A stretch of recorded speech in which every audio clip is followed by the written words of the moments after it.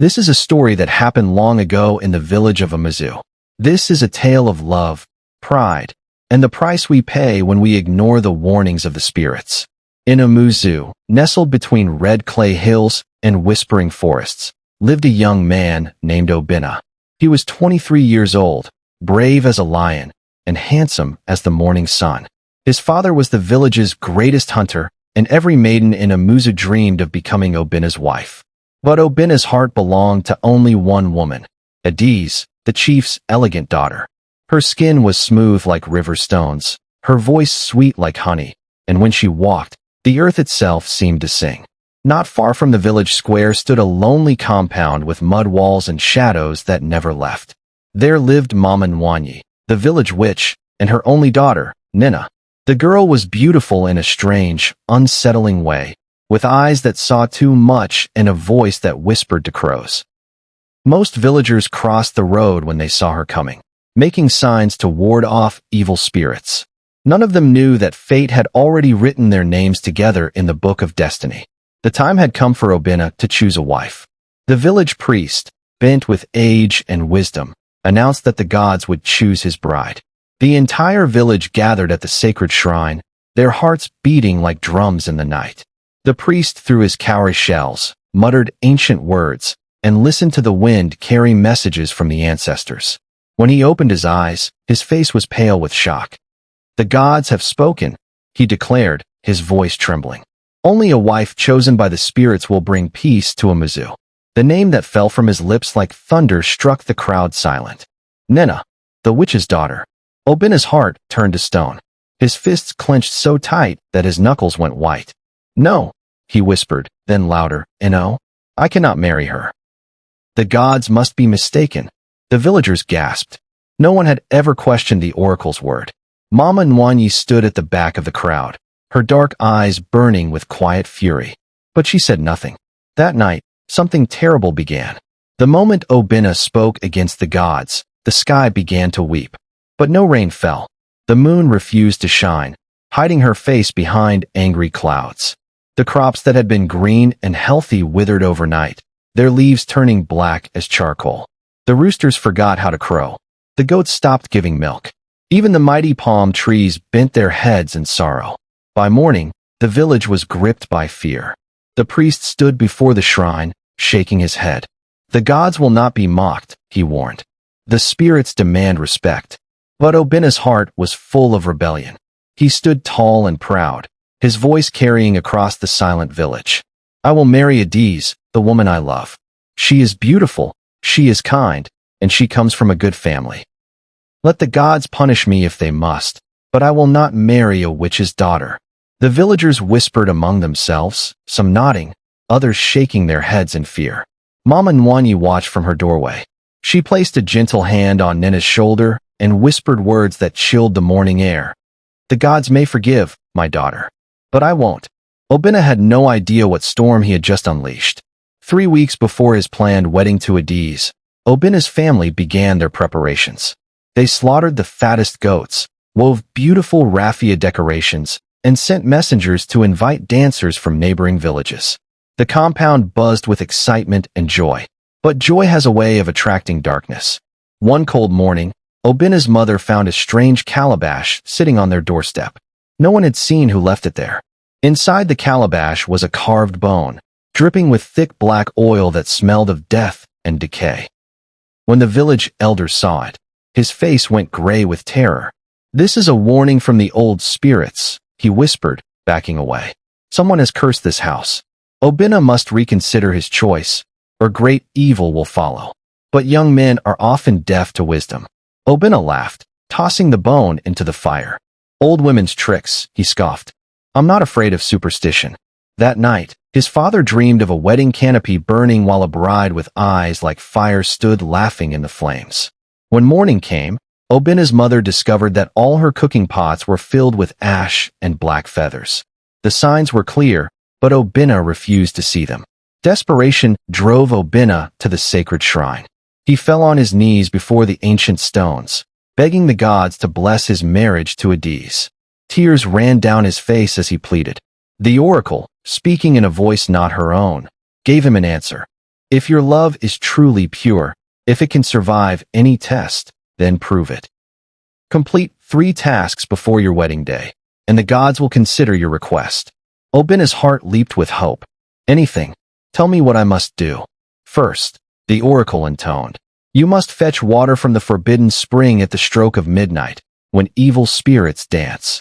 Second, you must walk through Mama Nwanyi's compound blindfolded, trusting only your heart to guide you. Third, you must kiss the ancient serpent that sleeps behind the tomb of your ancestors. Each task was more dangerous than the last. The forbidden spring was guarded by demons. Mama Nwanyi's compound was filled with dark magic, and the serpent, older than memory itself, had never been touched by human lips. But love makes fools of us all. Obina accepted without hesitation.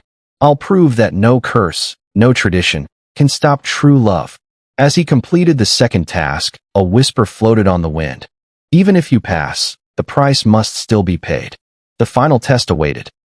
Kissing the serpent that guarded the ancestors' tomb. Under the pale moonlight, Obina walked alone through the dense forest. Every step echoed like thunder in the stillness. His heart hammered against his ribs. The villagers whispered that this snake was older than time itself, placed by the gods to test the pride of mortals. Its venom could kill with a single drop, and its eyes could see into a man's soul. As Obina reached the ancient stone tomb, the serpent emerged from the shadows. It was massive, with emerald scales that glowed in the darkness and eyes like burning coals.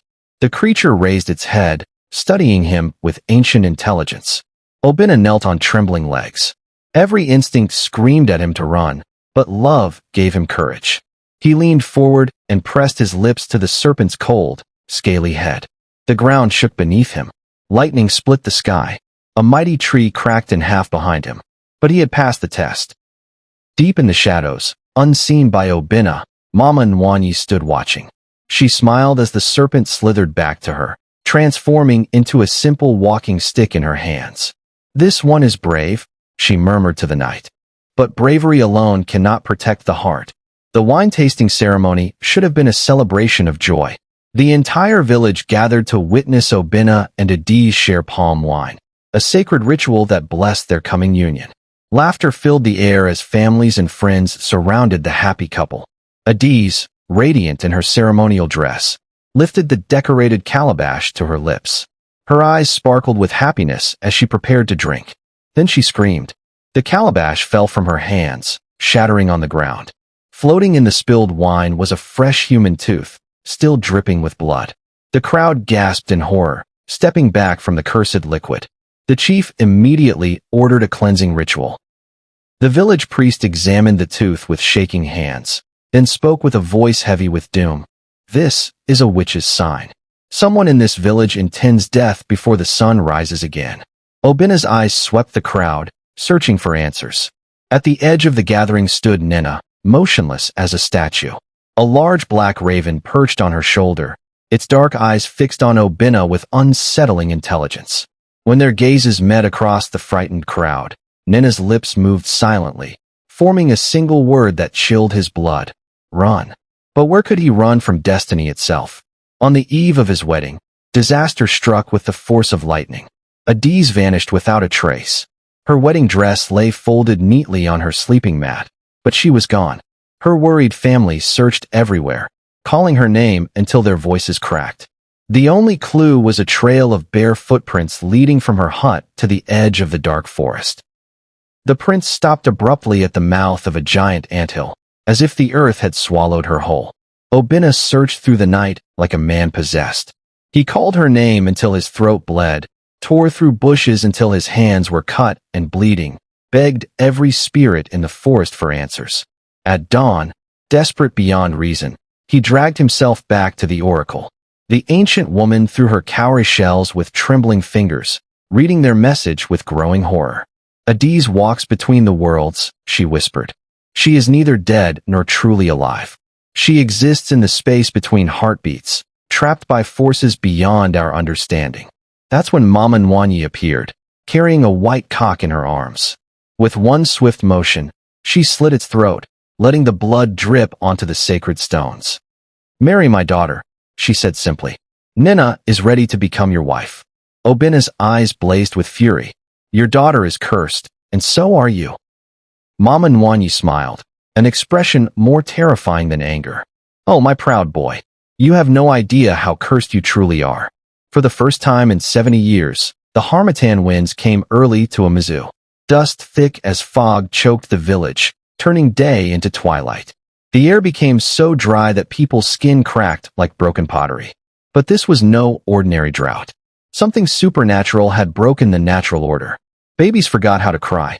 The sacred drums cracked down their centers. Fires refused to light, no matter how much wood was piled high. Even the river began to slow, its waters turning the color of old blood. The village elders gathered in emergency council, their faces grave with worry. This is punishment from the spirit world, they declared. A soul among us has defied the ancestors, and now we all suffer for his pride. Obina was summoned before the council like a criminal. The oldest elder, bent with age but sharp with wisdom, pointed a gnarled finger at him. You completed the tests, young man, but you rejected your destiny. You have brought this curse upon our entire village. Innocent children suffer because of your selfishness. But I love another. Obina protested, his voice breaking. The elder's eyes were cold as winter. Love without sacrifice is not love at all. It is selfishness wearing a love's mask. At that moment, a hawk dropped something into Obina's lap. A torn piece of Adi's wedding veil, burnt around the edges and soaked with tears that had turned to salt. The next morning, Mama Nwanyi appeared in the village square like a vision from a nightmare. Nina walked beside her, dressed in blue beads and wrapped in silence. The girl's beauty was haunting, not the warm beauty of living things, but the cold perfection of carved stone. The witch knelt before the assembled council, her voice carrying the weight of ancient power. Give us one night, one sacred ritual, one promise kept to the gods. And I swear by the bones of my ancestors that the rains will return to Umuzu. The elders looked at each other with desperate hope. Crops were dying. Children were growing sick. The village faced destruction unless the curse was lifted. But Obina's pride burned hotter than the sun. I would rather die than marry her. Mama Nwanyi rose slowly, her eyes flashing with dangerous light. Then death you shall taste, proud one. Death will come to your wedding feast like an uninvited guest. She pressed a carved wooden box into his trembling hands. Open this when the rooster crows 3 times on your wedding day, and pray that when you do, the gods still remember your name. She vanished into a swirl of smoke and shadows, leaving behind only the scent of burning herbs and the memory of her terrible promise. The box in Obina's hands felt warm, as if something alive waited inside. That night, sleep fled from Obina like a frightened bird. Every shadow in his hut whispered secrets. Every sound outside made his heart race. The carved box sat beside his sleeping mat, pulsing with a rhythm like a heartbeat. He stared at it for hours, afraid to touch it, afraid to look away. His mother crept into the hut just before dawn, her face pale with exhaustion. I had a dream, my son, she whispered, tears streaming down her cheeks. I saw you standing in a river made of bones, holding a bride made of smoke and sorrow. Obina said nothing. What was there to say? Outside, 3 roosters crowed in perfect unison, their voices echoing across the silent village. The sound struck Obina's heart like an arrow. His hands moved without his permission, opening the mysterious box. Inside lay a small mirror and a piece of wood with a single word carved into its surface. Belonging. But when Obina looked into the mirror, he didn't see his own face. Instead, he saw Adi's eyes, filled with tears and terror. She was trapped somewhere beyond reach, calling his name in a voice he couldn't hear. She was alive. But for how long? The mirror showed him the truth. This was bigger than love, bigger than choice. This was about the balance between worlds, and he was the key to everything. The wedding day arrived like a funeral procession. The village square filled with people, but their faces were grim instead of joyful. Even the drummers played slowly, as if their hands were weighted with sorrow. Obina appeared dressed in white, but he looked like a man walking to his own execution. His eyes were hollow, his smile forced and brittle. The joy that should have filled his heart had withered like the crops in the fields. Then Nina emerged from her mother's compound, and the world held its breath. She was transformed, glowing with an otherworldly light that made her skin seem transparent.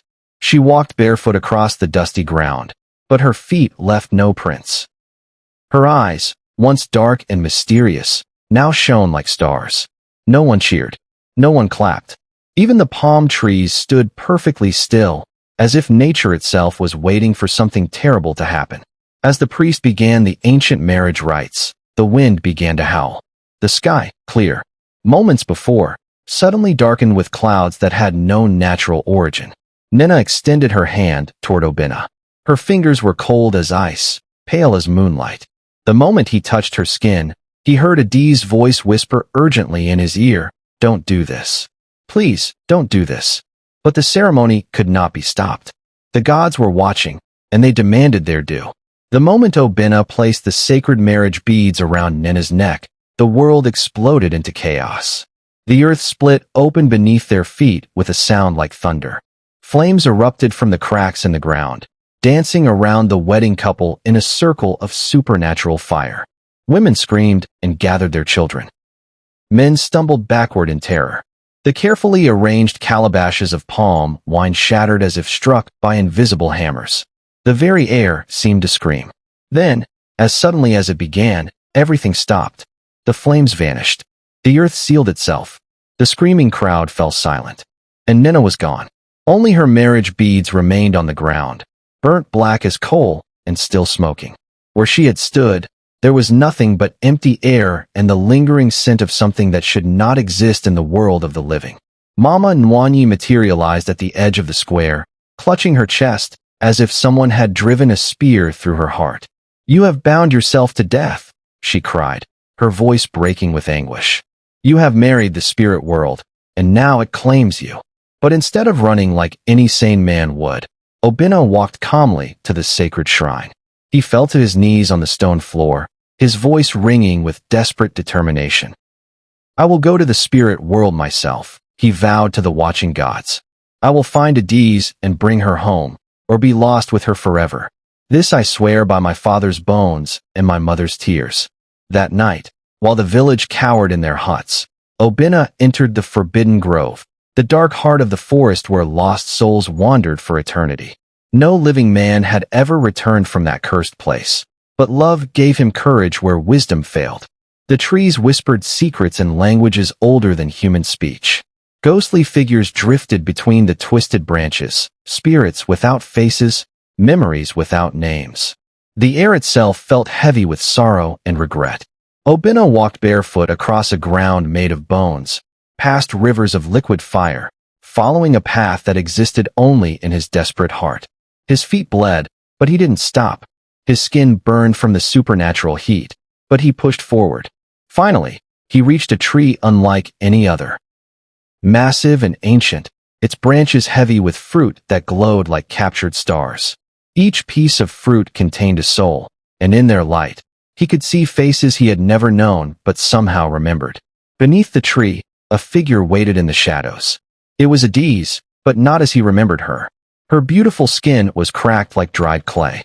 Her bright eyes had grown dim and distant. Her voice, when she spoke, sounded like wine through empty houses. "You shouldn't have come here, my love," she whispered. "The living don't belong in the land of the dead. I came for you." Obina replied, reaching out to touch her face. "I'll always come for you." She wept tears that turned to dust before they hit the ground. "The price for leaving this place is terrible, Obina. You must give up what you love most in all the world." Without hesitation, his voice strong and clear, he answered, "Myself." A shadow stepped forward from behind the glowing tree. It was Nina, but she had been transformed by her journey between worlds. Her face, once beautiful, now showed the weight of cosmic sorrow. Her eyes held the wisdom of the ages and the pain of unrequited love. "You loved her even in death," she said, her voice carrying no anger, only a profound sadness that touched the deepest parts of Obina's soul. "Even when the world demanded that you love me, even when the gods themselves commanded it, your heart remained true to her." Obina nodded, tears flowing freely down his face. "I'm sorry, Nina. You deserve better than what I gave you. You deserve to be loved for who you are, not feared for what others thought you were." Nina raised her hand. and power flowed from her fingertips like starlight. Then, it opened, revealing an endless void filled with swirling lights and impossible colors. Then everything exploded into brightness. When Obina's eyes opened again, he was lying at the foot of the sacred shrine in Umuzu. Adiz was beside him, breathing softly, her skin warm and alive. But something was terribly wrong. When Obina looked at his hands, they were pale as paper. When he looked in the water, no reflection looked back. He had returned to the world of the living, but he had left his soul behind in the land of spirits. Obina could speak, walk, and laugh just like before. But the villagers quickly noticed that something fundamental had changed. He never slept, not even for a moment. He never ate, though food was placed before him. His shadow no longer moved when he moved. Children who had once run to him with joy now hid behind their mother's skirts when they saw him coming. Dogs whimpered and fled. Even the goats in the compound refused to come near him. Adiz tried to pretend everything was normal, but her heart broke a little more each day. When she placed her hand on his chest, she felt nothing, no heartbeat, no warmth, just an empty hollow where his life should have been. One night, as they sat together under the stars, Obina finally spoke the truth that hung between them like a funeral shroud. "I came back for you," he whispered, his voice carrying the echo of distant winds. "But I didn't come back whole. Part of me belongs to the spirit world now, and it always will." Adiz pressed her face against his shoulder and wept. "What do we do now? How do we live like this?" Obina stared up at the moon, which seemed dimmer than it used to be. "We find the one who took what I left behind. We make things right, once and for all." But deep in his hollow chest, he wondered if some prices were too high to ever be repaid. Together, Obina and Adiz walked to Mama Nwanyi's compound at the edge of the village. They found the old witch sitting in a circle of ashes, her once dark hair now white as cotton, her eyes staring at something only she could see. The loss of her daughter had aged her 100 years in a single night. "You want your soul back?" she asked without looking up, her voice barely more than a whisper. "Then return what I lost when you rejected my child." "What did you lose?" Obina asked, though part of him already knew the answer. "My daughter," Mama Nwanyi replied, finally lifting her eyes to meet his. "She loved you with the pure heart of a child, but she was only a pawn in the gods' game. They used her love to test your pride, and in the end, both of you paid the price." Obina knelt beside the broken woman, his hollow heart filling with understanding. "Let me return to the spirit world. Let me find her and bring her peace. Let me tell her she was worthy of love, real love, not the forced affection of divine command." Mama Nwanyi looked at Adiz with eyes that had seen too much sorrow. "If he makes this journey again, you may not recognize the man who returns. The spirit world changes everyone it touches." Adiz took Obina's cold hand in both of hers and kissed it gently. "Even if I forget your face, I will know your heart. Even if your voice changes, I will recognize your love. Do what you must do." Mama Nwanyi led them beneath her hut, where ancient magic had carved a passage between worlds.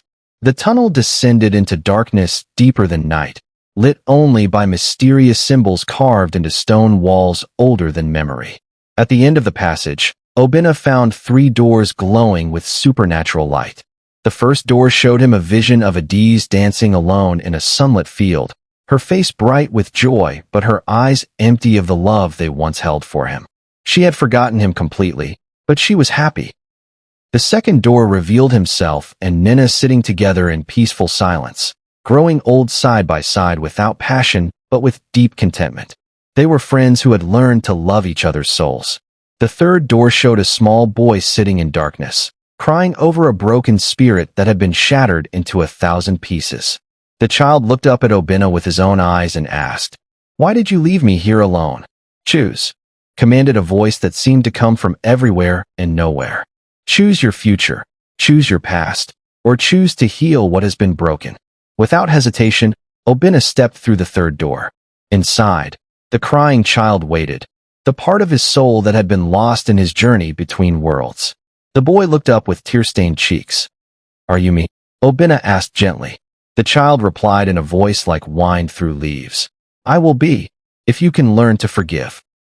In a chamber made entirely of mirrors, each reflecting a different version of truth, Nina appeared one last time. But now she looked as she truly was. Not a witch's daughter or a divine pawn, but simply a young woman who had loved deeply and suffered greatly. "I never cursed you," she said, her voice clear and honest. "I loved you with all my heart, but love that is forced upon the unwilling becomes its own kind of curse. My mother's magic, the gods' commands, none of it could create real love. It could only create obligation, and obligation breeds resentment." Obina lowered his head in shame. "I was cruel to you, Nina. I saw only your mother's reputation and forgot to see your heart. You deserved kindness, respect, and a chance to be loved for who you really were." Her ghostly form smiled, and for a moment she looked exactly as she had when they were children, before fear and magic had twisted their story into tragedy.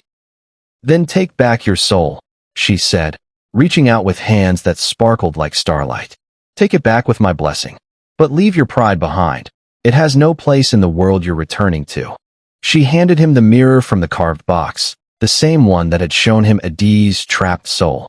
But now it reflected his own face, weeping, broken, but finally honest. He reached into the glass, feeling fire spread through his chest as his scattered soul began to remember how to be whole. When Obina emerged from the spirit world for the second time, the sky above Umuzu opened like a flower and wept tears of pure joy. The rains that had been held back by supernatural forces finally fell, washing the dust from the village and bringing life back to the dying crops. The earth drank deeply, and overnight, green shoots pushed up from soil that had been barren just hours before. Flowers bloomed in impossible colors. The river ran clear and sweet again. The villagers poured from their huts, dancing and singing in the blessed rain. Children laughed and splashed in the puddles. Old people raised their faces to the sky and thanked the ancestors for ending their punishment. Adi saw Obina walking toward her through the downpour, and her heart knew the truth before her eyes did. This time, when she ran into his arms, she could feel his heartbeat strong and steady against her chest. His shadow moved when he moved. His reflection smiled back at her from every puddle. His soul was home. Far off in the hills, a single crow called out once, not in warning or sorrow, but in something that sounded almost like farewell. Then it spread its wings and vanished into the storm clouds, carrying news of redemption to whatever spirits still lingered between worlds. Obina gathered the burnt marriage beads that had once belonged to Nina, each one blackened by supernatural fire, but still beautiful in its own way. With his own hands, he built a small shrine at the edge of the village, placing the beads inside like precious jewels. "I didn't love you the way I should have," he said to the empty air, but somehow he knew she could hear him. "I didn't see your worth when you were alive, but I will remember you now. I will make sure your story is told with honor." That night, lightning struck the shrine, not in anger, but in acknowledgement. When the villagers came to look the next morning, they found that the beads had transformed into seeds of a tree unlike any they had ever seen. The tree grew with impossible speed, reaching toward the sky with branches that gleamed silver in the sunlight. Its fruit glowed with soft white light, and the villagers whispered that anyone who ate from it would be healed of a broken heart. They called it the Tree of Regret, but some said its true name was the Tree of Redemption. And on quiet nights, when the wind blew just right, people swore they could hear gentle laughter coming from its branches, the sound of a young woman who had finally found peace. Mama Nwanyi disappeared the day after the tree bloomed. Some villagers claimed they saw her walking into the deep forest, her white hair flowing behind her like a river of moonlight. Others swore she simply dissolved into morning mist, finally rejoining the spirit world where her daughter waited. But Obina knew the truth, because she came to him in dreams. In the dream, she looked young again, not the bitter, grieving witch who had terrorized the village, but the mother who had once sung lullabies to a small girl with sad eyes. "Thank you," she said simply, her face bright with peace. "Thank you for giving my daughter the respect she deserved, even if it came too late." Obina woke with tears on his cheeks, but they weren't tears of sorrow. They were tears of understanding. "Even witches love," he whispered to the dawn light filtering through his window. "Even witches grieve. Even witches deserve forgiveness." And in that moment, the last of the bitterness he had carried for so long finally melted away like ice in spring sunshine. Sometimes healing doesn't come with great fanfare or dramatic gestures. Sometimes it comes quietly, like a whisper between two broken hearts that have finally learned to forgive. Obina never became chief of Umuzu, as everyone had expected. The position went to another man, one whose pride had never been tested by the gods and found wanting. But Obina discovered something better than power. He found purpose. He became the village teacher, gathering children around him in the evening shade to share stories by moonlight. He told them tales of choices and consequences, of spirits and second chances, of the terrible price of pride and the saving grace of humility. The gods don't test us with armies or floods, he would tell them, his voice gentle but firm. They test us with our own hearts. They show us our deepest desires and watch to see if we choose love or selfishness, wisdom or pride. He taught them that the people we overlook, the ones we fear or ignore, might be the very ones our souls need most. And he always ended his stories the same way. Remember, little ones, that sometimes the person who seems most different from us is actually the key to becoming who we're meant to be. The children would nod solemnly, not fully understanding, but sensing the weight of truth in his words. And when they grew up, they would remember those lessons when their own hearts were tested. Years flowed like water, and Obina's dark hair turned silver, then white. Lines appeared around his eyes and mouth, not lines of bitterness, but lines of laughter and wisdom earned through suffering. Adiz aged beside him, her beauty deepening rather than fading, her love growing stronger with each passing season. They had children who grew to have children of their own, and the compound filled with the sounds of life and joy. But sometimes, on quiet evenings, Adiz would catch Obina staring at the horizon with distant eyes, and she would know he was thinking of the spirit world and the price he had paid to return to her. One such evening, when the sunset painted the sky in shades of gold and crimson, she asked the question that had lived in her heart for decades. Do you regret staying? Do you ever wish you had chosen differently? Obina turned to her, his weathered face breaking into the same smile that had captured her heart when they were young. The gods gave me one gift above all others, he said, taking her hand in his. They gave me the chance to love a woman who was willing to fight for me, even when I was lost between worlds. He squeezed her fingers gently. And I never stopped coming back to you, did I? She smiled through tears that held decades of love and loss and forgiveness. No, my heart. You never stopped coming back.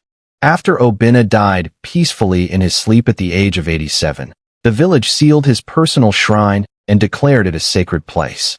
But children, drawn by curiosity stronger than caution, found ways to slip inside when the adults weren't watching. They would stare into the mirror that had once shown him Adiz's trapped soul, and strange things would happen. Instead of seeing their own reflections, they would see the face of their deepest regret, the friend they had betrayed, the lie they had told, the kindness they had failed to show. Some children ran away crying. Others smiled with sudden understanding.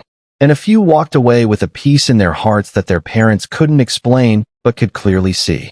The story of Obina, Adiz, and Nina became the most beloved tale in all of Umuzu. Mothers told it to daughters, fathers shared it with sons, and traveling storytellers carried it to distant villages where it took root and grew. But the lesson remained the same wherever it was told. Love that thinks only of itself becomes a curse. Love that is willing to sacrifice, to grow, to admit its mistakes and learn from them. That kind of love becomes immortal. And in the end, perhaps that's the greatest magic of all, the power to transform our worst mistakes into our most precious wisdom, our deepest regrets into our strongest foundations for tomorrow. The mirror still waits in the sealed shrine, reflecting truth for anyone brave enough to look.